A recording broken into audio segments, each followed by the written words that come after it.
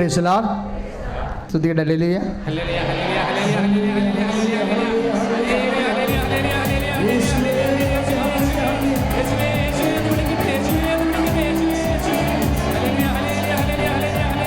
പരിശുദ്ധ പരമദിവ്യകാരുണ്യത്തിന്, പരിശുദ്ധ പരമദിവ്യകാരുണ്യത്തിന്. പ്രിയപ്പെട്ടവരെ, ഇന്നത്തെ സാക്ഷ്യങ്ങളെല്ലാം കേൾക്കുമ്പോൾ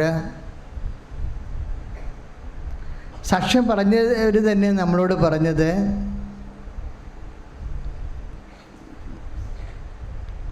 അവരുടെ സങ്കല്പങ്ങൾ,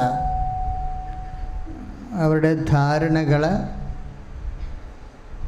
ഒക്കെ അപ്പുറത്താണ് പരിശുദ്ധ അമ്മയുടെ മധ്യസ്ഥത്തിൽ ദൈവിക ഇടപെടലുണ്ടായതെന്ന് നമ്മളത് കേൾക്കുകയും ചെയ്തതാണ്. ഈ സാക്ഷ്യങ്ങളെല്ലാം കേട്ടപ്പോൾ എൻ്റെ മനസ്സിൽ വന്നതേ,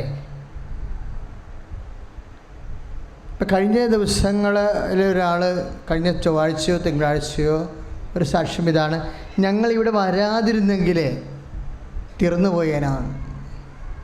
പരിശുദ്ധ അമ്മയുടെ മധ്യസ്ഥത്തിൽ എത്തിപ്പെടാതിരുന്നെങ്കിൽ. ഇപ്പോൾ കേട്ട സാക്ഷ്യം എന്താ? അമ്മ ഡയറക്റ്റായിട്ട് പറയുകയാണ്, ഞാൻ കൃപാസനത്തിൽ നിന്നാണ് വരുന്നത്. അത് കാര്യം, അത് നിങ്ങൾ വിചാരിക്കുന്നതിനേക്കാൾ സീരിയസ് ആണ് ആ വിഷയം. കാര്യം,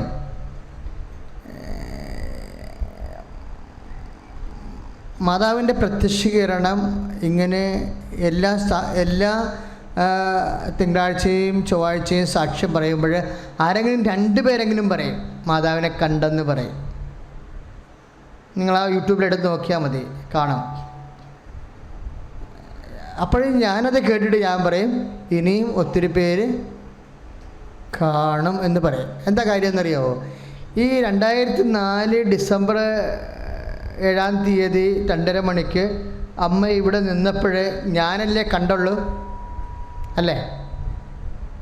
അതിൻ്റെ സ്ഥിരീകരണമായിട്ടാണ് ഈ ഉടമ്പടി നമുക്ക് കിട്ടിയതും ഇത്രയും ആൾക്കാർ സാക്ഷ്യം പറയണത്. അതിൻ്റെ ഭാഗമായിട്ട് ഞാൻ മാത്രമല്ല, നിങ്ങളുമൊക്കെ ആയിരക്കണക്കിന് മനുഷ്യരെ പരിശുദ്ധ അമ്മയെ കാണുമെന്ന് ഉറപ്പാണ്. കാര്യം എന്താ? ഈ പ്രത്യക്ഷീകരണത്തിൻ്റെ സ്ഥിരീകരണമാണതല്ല. സ്തുതിയുടെ ഹല്ലേലൂയ. എപ്പോഴും എന്തുകൊണ്ടാണ് നമ്മൾ ഉടമ്പടി ചെയ്യണത്? ഉടമ്പടി ചെയ്യണത് എന്തുകൊണ്ടാണ്?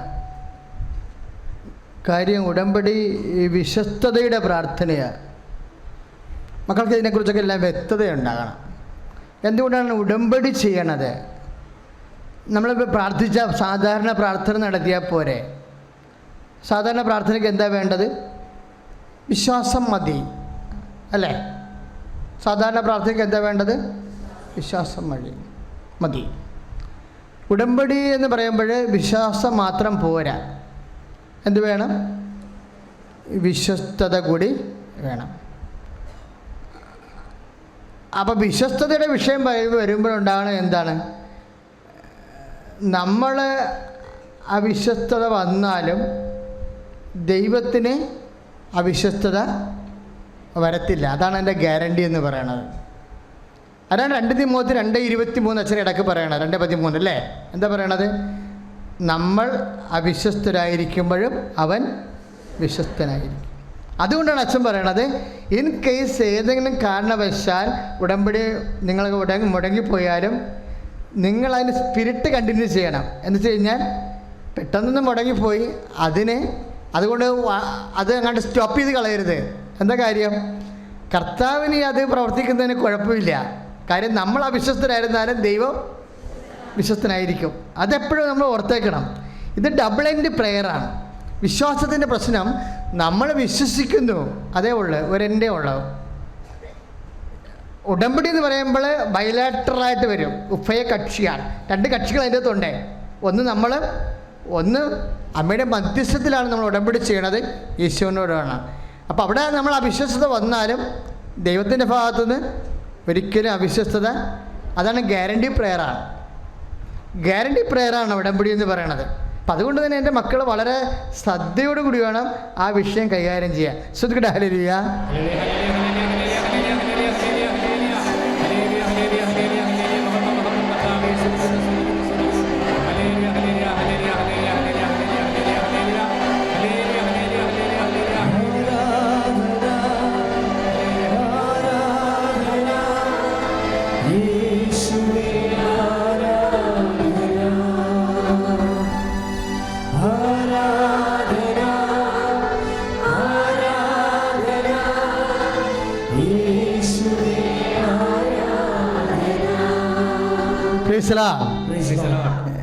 ഈ വിശ്വാസ സാധാരണ പ്രാർത്ഥനയ്ക്കുള്ള കുഴപ്പമെന്ന് വെച്ചാൽ, ഇപ്പം ബൈബിൾ പറയും, നിൻ്റെ കഴിവിൽ, നിൻ്റെ യോഗ്യതയിൽ കവിഞ്ഞ കാര്യങ്ങൾ നീ അന്വേഷിക്കരുതെന്നാണ് പറയണത്. പറഞ്ഞ മനസ്സിലായ?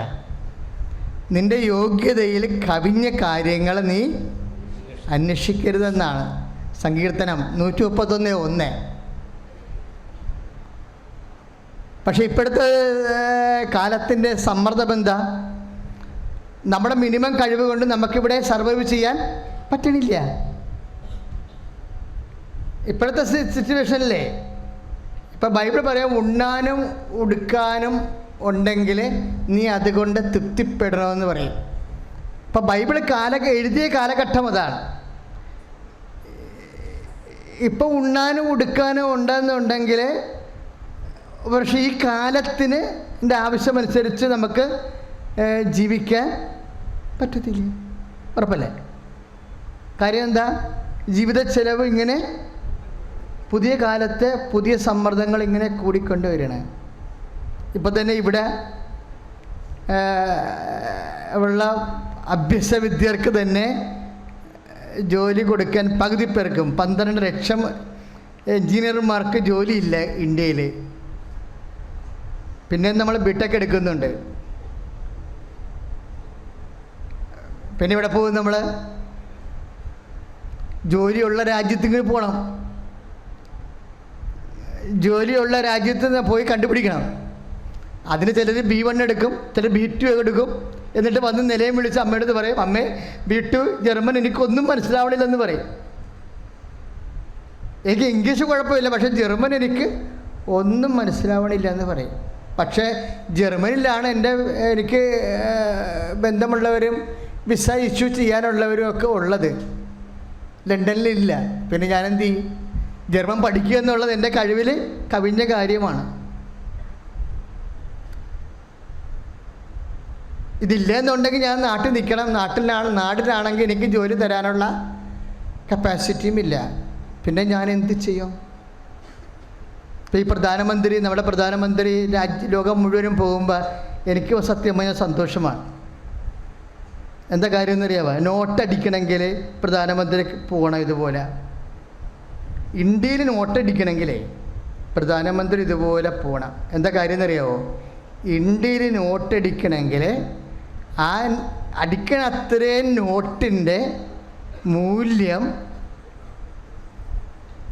നമ്മളുടെ ഇവിടെ ക്യാഷ് ആൻഡ് കൈൻഡ് ആയിട്ടുണ്ടാവണം. സ്വർണമായിട്ടോ മനുഷ്യൻ്റെ അധ്വാന ശേഷിയായിട്ടോ ഉണ്ടാകണം. അല്ലെങ്കിൽ ഇൻഫ്ലേഷൻ ഉണ്ടാകും. എന്ന് വെച്ച് കഴിഞ്ഞാൽ നാണയപ്പെരുപ്പം. ഒരു പേരക്കയ്ക്ക് നമ്മൾ 100 രൂപ കൊടുക്കേണ്ടി വരും. അതാണ് പ്രശ്നം. ഇപ്പോഴത്തെ നിലവാരത്തിൽ അതില്ലാത്തത് കാരണം മറ്റു രാജ്യങ്ങളിൽ ജോലി ചെയ്യുന്ന ആൾക്കാരുടെ അധ്വാന ശേഷിയാണ് നോട്ടടിക്കാൻ വേണ്ടി നമ്മൾ ഈടുവെക്കണത്, നമ്മുടെ ഉൾപ്പെടെ. അപ്പോൾ മറ്റു രാജ്യങ്ങളിൽ നിന്നൊക്കെ നമ്മളെ പറഞ്ഞു വിടുകയാണെന്നുണ്ടെങ്കിൽ കറക്റ്റ് സൊമാലിയായി പോകും. നമ്മൾ മറ്റു രാജ്യങ്ങളുമായിട്ടൊക്കെ നമ്മൾ നല്ല നയതന്ത്ര ബന്ധമില്ല എന്നുണ്ടെങ്കിൽ അവിടെ നിന്നൊക്കെ അവിടുത്തെ തൊഴിൽ നിയമങ്ങൾക്ക് നമുക്കെതിരാണെങ്കിൽ അവർ നമ്മളെ പറഞ്ഞു വിടും. അച്ഛൻ പറഞ്ഞു വരുന്നത്, ഈ കാലഘട്ടത്തിൽ സ്വാഭാവികമായ കഴിവ് കൊണ്ട് നമുക്ക് ജീവിക്കാൻ പ്രയാസമാണ്. പിന്നെ എന്തു ചെയ്യും? ദൈവത്തിൻ്റെ കഴിവിലാണ് നമ്മൾ ആശ്രയിക്കുന്നത്, നമ്മുടെ കഴിവിലല്ല. പറഞ്ഞ മനസ്സിലായില്ലേ? കാര്യം കഴിവ് നൽകുന്നത് ആരാണ്? ദൈവമാണ്. Glory be to God. My name is Sophia Borle. I am from Cochin, but we were living in UP. I got to know about Kripasanam in November from an acquaintance. I had come in December 2024 to Cochin. My dad was seriously ill in the ICU. So mom actually mentioned about Kripasanam again, and I actually figured out online, and I took up an online covenant. Dad was really sick, so the first prayer request was to that God shows us His will with regards to Dad's health and that he doesn't suffer anymore. A day after I had taken the covenant, Dad passed away, which was a great blessing for my dad. After that, we made our journey to Cochin, me and my kids. And that was our first experience with Mother Mary's presence in our life. We had boarded the train, and we were actually traveling first AC because we were me, myself, my daughter, and my son, and we also had a dog. So you had to take a compartment with a cabin with 4 seats to actually travel. So we actually board the train. Few minutes after the train starts moving, the TT is in my face, getting really upset and angry, saying that our ticket is not valid, it's cancelled, and we have to deboard the train, and we can't travel with the dog either. I am standing there, shocked, not knowing what to do. What do I do with the kids, the dog? We have a 2 days journey. So I always carry the holy oil of Mother Mary in my pocket. So while the TT is getting really angry, I take out the bottle of oil and I dab a drop of it in my hand, and I call out to Mother Mary and I ask her to come and to help us. Everything happened very quickly after that. It almost only took a minute. The TT is getting angry and then he wants to talk to my travel agent. I pass him the phone. He passes me back the phone. So the TT says, you know what, your ticket is not valid anymore. You have to rebook your ticket. Which means he's talking about paying 19,000 rupees on the spot. And I am thinking, how am I supposed to figure that right now? So he passes me the phone. I take the phone. It's just a travel agent. Okay, these are people, you make the booking and they take a commission of maybe 1,000 rupees. So the travel agent tells me on the phone, ma'am, take the receipt from the TT. I will transfer you the 19,000 into your account. The TT who was getting angry, suddenly his demeanor completely changes. He calms down. There is a fourth person in our cabin, which makes us not eligible to travel in a cabin with an animal. He moves the person to another cabin. And the TT instructs the supervisor to make sure that we have a safe journey all the way to Cochin. So everything is resolved without any problem by the grace of Mother Mary and Lord Jesus. The second instance is with regards to my daughter. This is Faith. She will explain her part. This is Faith. She is 14. Hi, my name is Faith. I'm 14.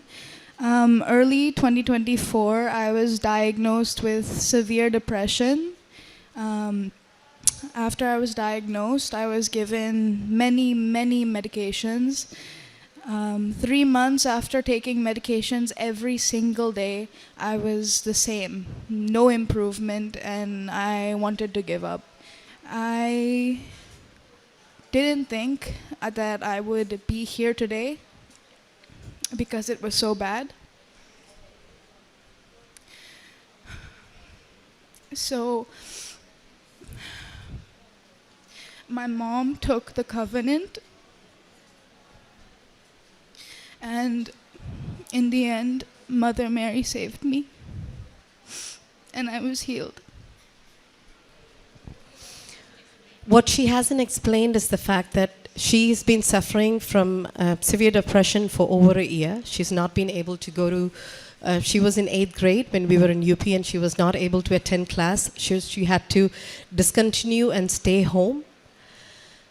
It got so bad she would not get out of bed, meet people, talk to anyone, and got to a point where she started hurting herself, cutting her hands. We could not leave her home alone. I mean, we could not even let her use the bathroom without somebody being around because we were afraid she would do something.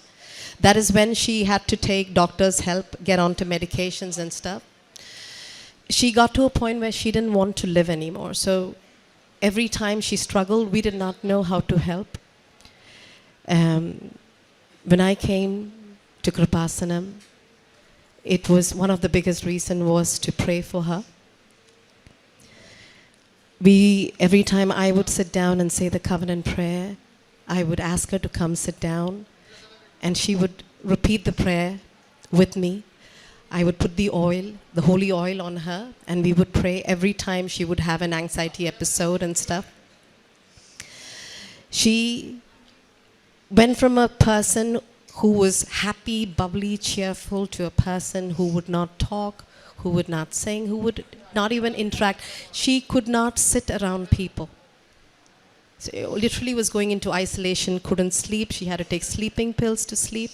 From that, she has now been completely healed. She is her old self, happy, joyful. She's back to doing everything she used to before. We cannot thank Mother Mary and Jesus enough for this amazing miracle in our lives. Another request in my Udambari was for a job for myself. I have been out of job for a couple of years now without an income. God has been very graceful and has watched over us even through the most difficult times of our life. I have worked overseas for 24 years in big corporate companies as a head of marketing, sales. Always counted on, the one thing I counted very proudly on was my capability to do my profession. And I always felt I was really good at it. But the last few years, no matter how many jobs I applied to, I never got a single response back. I remember listening to Father Joseph on one of the retreats, and Father saying that, one of the things God takes away is our capabilities. When we start relying too much on our capabilities and get very confident about it, that kind of goes away. So I had the realization after I took the covenant as to why I wasn't able to find a job. I humbly requested to God that whatever was His will. I was willing, and I was ready to accept whatever His will was in my life. I had a call after coming to Cochin a month after, about last month. I had a call which had nothing to do with my effort. A lady calls me and says, "Are you interested in taking up a permanent position as a music teacher in a school?" And this is completely outside my scope. I am somebody who's good at singing. I've done this, performed, but I've never ever thought of taking it up as something to do as a job. So God showed me a totally different direction. So I went for the interview. I had to create a fresh resume because I didn't even have a resume for that position. So I had to create one. I had to go. I was selected. It wasn't 5 minutes before they actually offered the job to me, which I have very gracefully and gratefully accepted. I am really thankful to Mother Mary and Lord Jesus. The Lord is also showing me different opportunities in the same area, and I can see how He's steering me into a different way of leading my life. As part of following the covenant, I've had the grace to pray from God. I've been able to attend daily masses almost every day unless I've been ill or something. I have been, as Mercy Deeds, I have been going to ICUs where the caretakers sit outside and who are heartbroken and wanting for prayers. I've been reaching out to them, speaking to them about Kripasanam Mother. I've been speaking to both non-Christians and the Christians. There have been 1 or 2 people who have come down, Hindus, to come and take covenant here. There is a Sneha Bhavan close to the Mamangalam church where as and when I can go, which is most of the day, I go there to help the people who need help there, to bathe them, to clean up the place, to help them, feed them. The presence of God in our lives have changed us big time, and we are truly grateful. We are grateful that we are able to stand here, to be able to glorify God and to give testimony in His name. We thank you, Jesus. We thank you, Kripasana Mother. എൻ്റെ പേര് ലീനു. ഞാൻ വാകത്താനം കോട്ടയത്തു നിന്ന് വരുന്നു. ഞാൻ MBA കഴിഞ്ഞ് 2023 ഇറങ്ങിയതാണ്. ഞാൻ അവിടെ നിന്ന് ഇറങ്ങി ഒരു ട്രെയിനിയായിട്ട് ഭാരത് പെട്രോളിയത്തിൽ ഒരു വർഷം വർക്ക് ചെയ്യുമായിരുന്നു. അവിടെ ട്രെയിനിയായിട്ട് മാത്രമേ വർക്ക് ചെയ്യാൻ പറ്റത്തുള്ളായിരുന്നുള്ളൂ. അവിടെ നിന്ന് ഇറങ്ങി ഒരു മാസം കഴിഞ്ഞപ്പോഴത്തേക്കും ബാംഗ്ലൂർ ജോലി കിട്ടിയില്ലേ ബാംഗ്ലൂർ പോകാമെന്നുള്ള രീതിയിലായിരുന്നു ജോലി അന്വേഷിച്ചുകൊണ്ടിരുന്നത്. പക്ഷേ എനിക്ക് ജോലിയൊന്നും കിട്ടിയില്ലായിരുന്നു. ഞാൻ അവ പ്രാർത്ഥിച്ചുകൊണ്ടിരിക്കുമായിരുന്നു. എന്നിട്ട് ഏകദേശം ഒരു 3-4 മാസമായിട്ടും എനിക്ക് ജോലിയൊന്നും ആയില്ലായിരുന്നു. എന്നിട്ട് ചേച്ചി എന്നോട് പറഞ്ഞു, ഇവിടെ വന്ന് ഉടമ്പടി എടുക്ക്, നിനക്ക് ജോലി കിട്ടും. അങ്ങനെ ഞാൻ ഈ മാർച്ച് 12, 2025 ഇവിടെ വന്ന് ഉടമ്പടി എടുത്തു. ഉടമ്പടി എടുക്കുന്നതിന് തലേ ദിവസം എനിക്കൊരു ഇൻ്റർവ്യൂ ഉണ്ടായി. ഞാനത് അറ്റൻഡ് ചെയ്തു. ഞാനിവിടെ വന്ന് ഉടമ്പടി എടുത്തത്. എന്നിട്ട് ഒരാഴ്ചയായിട്ട് എനിക്ക് ഒന്നും വരുന്നില്ല. എന്നുവെച്ചാൽ അവർ ഇൻ്റർവ്യൂ ഒരു റൗണ്ട് സെലക്ട് ആയായിരുന്നു. പക്ഷേ അവരുടെ അവിടെ നിന്ന് ഡിലേ ആവുന്ന കണ്ടിട്ട് എനിക്ക് പേടിയായി. ഇനി എനിക്ക് ജോലി കിട്ടത്തില്ലേ എന്നുള്ള ടെൻഷനായി. കാരണം 6 മാസം കഴിയുമ്പോഴത്തേക്കും ഗ്യാപ്പ് എന്താ വന്നതെന്ന് ഇൻ്റർവ്യൂ ആൾക്കാർ ചോദിക്കുമ്പോൾ എനിക്ക് പറയാനായിട്ട് ഉത്തരവൊന്നുമില്ലായിരുന്നു. എനിക്ക് പുതിയൊരു കോഴ്സ് പഠിക്കാനൊന്നും താല്പര്യമില്ല. എനിക്ക് ജോലിക്ക് കയറണമെന്നായിരുന്നു. സാമ്പത്തികമായിട്ട് എൻ്റെ കയ്യിലൊന്നും ഇല്ലായിരുന്നു. എന്നിട്ട് ഞാൻ ഇവിടെ വന്ന് ഉടമ്പടി എടുത്ത് ഒരാഴ്ച ഞാൻ വെയിറ്റ് ചെയ്തു. അപ്പോൾ അമ്മ എന്നോട് പറഞ്ഞു, എടി 6 മാസമായില്ലേ, ജോലി കിട്ടിയിട്ടില്ലല്ലോ, നീ ബാംഗ്ലൂർ പോയി നോക്കുക. അപ്പോൾ നിനക്ക് ബാംഗ്ലൂർ വോക്കിൻ ഇൻ്റർവ്യൂ ഒക്കെ ഉണ്ടല്ലോ, വോക്കിൻ ഇൻ്റർവ്യൂ പോയി അറ്റൻഡ് ചെയ്താൽ ജോലി കിട്ടുമായിരിക്കും എന്ന് പറഞ്ഞു. അപ്പം ഞാൻ പറഞ്ഞു, അമ്മ എനിക്ക് ബാംഗ്ലൂർ പോകാൻ താല്പര്യമില്ല. എനിക്ക് ബാംഗ്ലൂർ പോയാൽ ഒരു റൂമിൽ 2 പേരൊക്കെയാണ് നിൽക്കുന്നത്. അപ്പോൾ എനിക്ക് പ്രാർത്ഥിക്കാനൊന്നും പറ്റത്തില്ല. അവിടെ കുർബാനയ്ക്ക് പോകാൻ ഉള്ള സൗകര്യമൊന്നും കാണത്തില്ല. ഞാൻ നിൽക്കുന്ന സ്ഥലത്ത് വളരെ ദൂരെ പള്ളി. അവിടുത്തെ ആണെങ്കിലും കന്നഡ കുർബാന. അപ്പം എനിക്ക് കന്നഡ കുർബാന എനിക്ക് ഒട്ടും മനസ്സിലാകത്തില്ല. എനിക്ക് കുർബാനയുടെ വിശ്വാസത്തോടെ കൂടാൻ എനിക്ക് പറ്റുമെന്ന് എനിക്ക് തോന്നിയില്ല. അപ്പം ഞാൻ പറഞ്ഞു, എനിക്ക് കുർബാന ഒന്നും പ്രേക്ഷിത പ്രവൃത്തിയൊന്നും എനിക്ക് അവിടെ ചെന്ന് എനിക്ക് ചെയ്യാൻ പറ്റത്തില്ല. അപ്പം എന്നെ പറഞ്ഞു, എല്ലാവരും ഉടമ്പടി എടുത്ത് ഓരോരുത്തടുത്ത് പോകുന്നതല്ലേ, അവരൊക്കെ ഇത് ചെയ്യുന്നതല്ലേ എന്ന് എൻ്റെ അടുത്ത് പറഞ്ഞു. പക്ഷേ എനിക്ക് പോകാനായിട്ട് മനസ്സ് വന്നില്ല. എനിക്കിഷ്ടമല്ലായിരുന്നു. ഒന്നാമത് ബാംഗ്ലൂർ ജീവിതവും മലയാളികളൊക്കെ ഭയങ്കര കുറവാണ്. അപ്പോൾ ഞാൻ ഒറ്റപ്പെട്ടു പോകുമെന്നുള്ള പേടി കാരണം എനിക്ക് ബാംഗ്ലൂർ പോകാനായിട്ട് എനിക്ക് മനസ്സ് വന്നില്ല. എന്നിട്ട് ഞാൻ മാതാവിനോട് പ്രാർത്ഥിച്ചു, എനിക്ക് ഈ ആഴ്ച തന്നെ എന്നോട് പറയണം, ഞാൻ ബാംഗ്ലൂർ പോകണോ വേണ്ടയോ എന്ന് എന്നോട് പറയണമെന്ന് ഞാൻ പറഞ്ഞു. അപ്പം മാതാവ് ഈ കഴിഞ്ഞ ആഴ്ച 27 മാർച്ച് 2025 എനിക്കൊരു കമ്പനിയിൽ നിന്ന് ഓഫർ ലെറ്റർ വന്നു. അടുത്ത മാസം 7-ാം തീയതി ജോയിൻ ചെയ്യണമെന്നുള്ള രീതിയിൽ എനിക്ക് ഓഫർ ലെറ്റർ വന്നു. അപ്പോൾ എനിക്ക് മനസ്സിലായി, മാതാവിനോട് പറഞ്ഞതാണ്, നീ ബാംഗ്ലൂർ പോകണ്ട. അങ്ങനെ ബാംഗ്ലൂർ പോകണ്ടെന്ന് ഞാൻ തീരുമാനിച്ചു. അങ്ങനെ ഞാൻ അടുത്ത മാസം 7-ാം തീയതി ജോയിൻ ചെയ്യുവാണ്. എനിക്ക് ഈ കൃപ തന്ന മാതാവിനും ഈശോയ്ക്കും 1000 നന്ദി. കേരളത്തിൽ എറണാകുളത്ത് ഇൻഫോ പാർക്കിലാണ് എനിക്ക് ജോലി കിട്ടിയേക്കുന്നത്. ഞാൻ കാരുണ്യപ്രവൃത്തി ചെയ്തുകൊണ്ടിരുന്നത് ഒരു ഡിഫറെൻ്റ് ഏബിൾഡ് കുട്ടികളുടെ ഒരു ഇൻസ്റ്റിറ്റ്യൂഷൻ ഉണ്ടായിരുന്നു. അവിടെ പോവുമായിരുന്നു. അവിടെ 2 ശനിയാഴ്ച എല്ലാ ശനിയാഴ്ച ഞാൻ പോവുമായിരുന്നു. അപ്പോൾ 2 ശനിയാഴ്ച പോയപ്പോഴത്തേക്കും സിസ്റ്റർമാർ പറഞ്ഞു, അവർ പുറത്തുനിന്ന് ആളെ എടുക്കണില്ല, അപ്പോൾ അവർ തന്നെയാണ് എല്ലാം ചെയ്യുന്നതെന്ന് എൻ്റെ അടുത്ത് പറഞ്ഞായിരുന്നു. അപ്പോൾ എനിക്ക് സങ്കടമായി. പിന്നെ ഞാൻ എവിടെ പോകണം എന്നെനിക്ക് അറിയത്തില്ലായിരുന്നു. അപ്പോൾ അമ്മ എൻ്റെ അടുത്ത് ഇങ്ങനെ പറഞ്ഞു, അവിടെ ചങ്ങനാശ്ശേരിയിലടുത്ത് ഒരു ഓൾഡ് ഏജ് ഹോമുണ്ട്, നീ അവിടെ പോയി ചോദിക്കാൻ പറഞ്ഞു. അങ്ങനെ ഞാൻ അവിടെ പോയി ചോദിച്ചു. അവർ സമ്മതിച്ചു, എല്ലാ ശനിയാഴ്ചയും വന്നോളാൻ പറഞ്ഞു.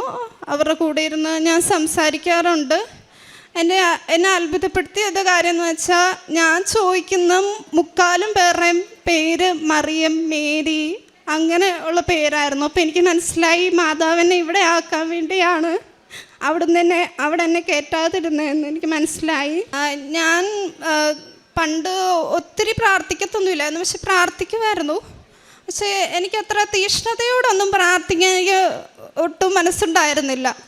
ലൈക്ക് ഞാൻ കുർബാനയ്ക്ക് ശനിയും ഞായറും, ഞാൻ യോക്കോബൈറ്റ്സ് ആണ്, ഞങ്ങൾക്ക് ശനിയും ഞായറും ഉണ്ടായിരുന്നുള്ളൂ കുർബാന. അപ്പം ഞാൻ ഇവിടെ വന്ന് കുടമ്പടി എടുത്ത ശേഷം ഞാൻ എല്ലാ ദിവസവും കുർബാനയ്ക്ക് പോകാൻ തുടങ്ങി. പാറപ്പള്ളിയിൽ അവിടെ കത്തോലിക്ക പള്ളി ആയതുകൊണ്ട് എല്ലാ ദിവസവും കുർബാനയുണ്ട്. തിങ്കൾ മുതൽ വെള്ളി വരെ അവിടെ പോകാൻ തുടങ്ങി. എൻ്റെ പള്ളി കുർബാനയുള്ളപ്പോൾ ശനിയും ഞായറും ഞാൻ എൻ്റെ പള്ളി കുർബാന കൂടാൻ തുടങ്ങി. നേരത്തെ എനിക്ക് ബൈബിൾ വായിക്കാനൊക്കെ ഭയങ്കര മടിയായിരുന്നു. മാക്സിമം ഞാൻ ഒരു അധ്യായം, ഏറ്റവും കുഞ്ഞ് അധ്യായം നോക്കി വായിച്ചുകൊണ്ടിരുന്ന ഒരാളാണ് ഞാൻ. ഇപ്പോൾ എനിക്ക് ബൈബിൾ 1/2 മണിക്കൂർ കൂടുതൽ വായിക്കാൻ എനിക്ക് സാധിക്കുന്നുണ്ട്. അതാണ് എനിക്ക് പറയാനുള്ളത്. ഈശോയ്ക്കും ഈശോനും മാതാവിനും 1000 നന്ദി.